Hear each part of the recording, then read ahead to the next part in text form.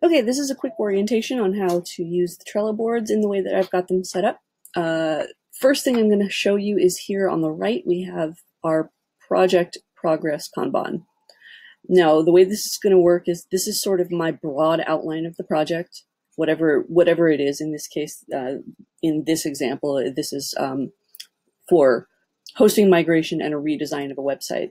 So I have these cards, and if you double click on any card, it'll open up and you can see a more detailed descriptions, checklists. We can comment and have a discussion about the details of a project. These checklists, as I check them off, you can see this percentage will fill up. What I tend to do with these, when I'm working on a specific item, I will convert these checklist items to cards, which will then slide over to in progress. And then when they're done, they'll be in the done. So we'll have a pretty good idea of where we are in the process, what needs to happen, and what's going to happen next. Now on this side, this list is resources for either you or me. And this video is actually going to live at the top of this board. Since I'm recording it right now, it's not there. So if I have a card here with a request for your Bluehost login, for instance, then you can actually just put that in the description like this, blah, blah, blah, password, blah, blah, blah, like that. And then that'll be available for me so that I can gain access to whatever resources it is that you have that I need to get to complete your project. There are a couple of other cards here in this case. If you have something for me, something you'd like me to look at, or funny jokes, where this is your board, you can do whatever you want. If you have attachments that you would like to add, go attachment, attach from. If it's saved on your computer, just click computer. Like for instance, if you've taken a screenshot, most of the time screenshots will save to your desktop. So you just navigate over to your desktop, select the image that you want to attach to this card and click open. And then it's processing and it will drop itself right in there.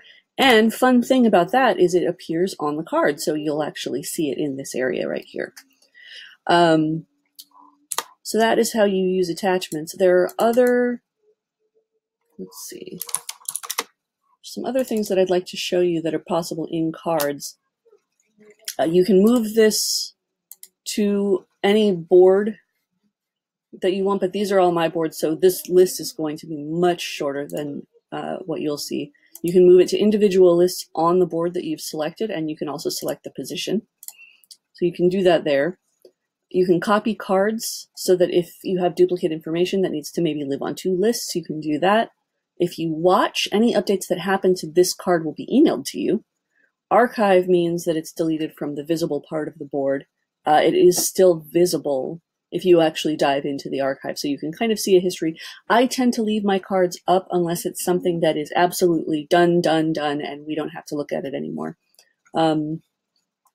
If we have something that has a hard due date, I will set hard due dates for it. And you just click here, select a calendar, set the reminder for one day before. If we're both on this card, presumably we will both receive due date reminders.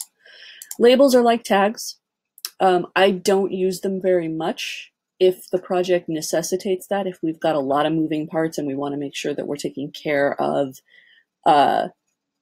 like every arm of a project concurrently, I might start color coding with these. But in generally, I don't tend to use them. Members, this allows you to add people to a card. So watch adds you. If I add you as a member, that adds you, kind of whether you want to or not. This set dates is actually a way to set due dates in a power-up that I use for all my calendars called Plannyway. And that allows me to actually sync due dates in Trello with my Google Calendar, which is how I live and die. My entire schedule syncs with my Google Calendar, so if it's not on the Google Calendar, oftentimes it does not get done.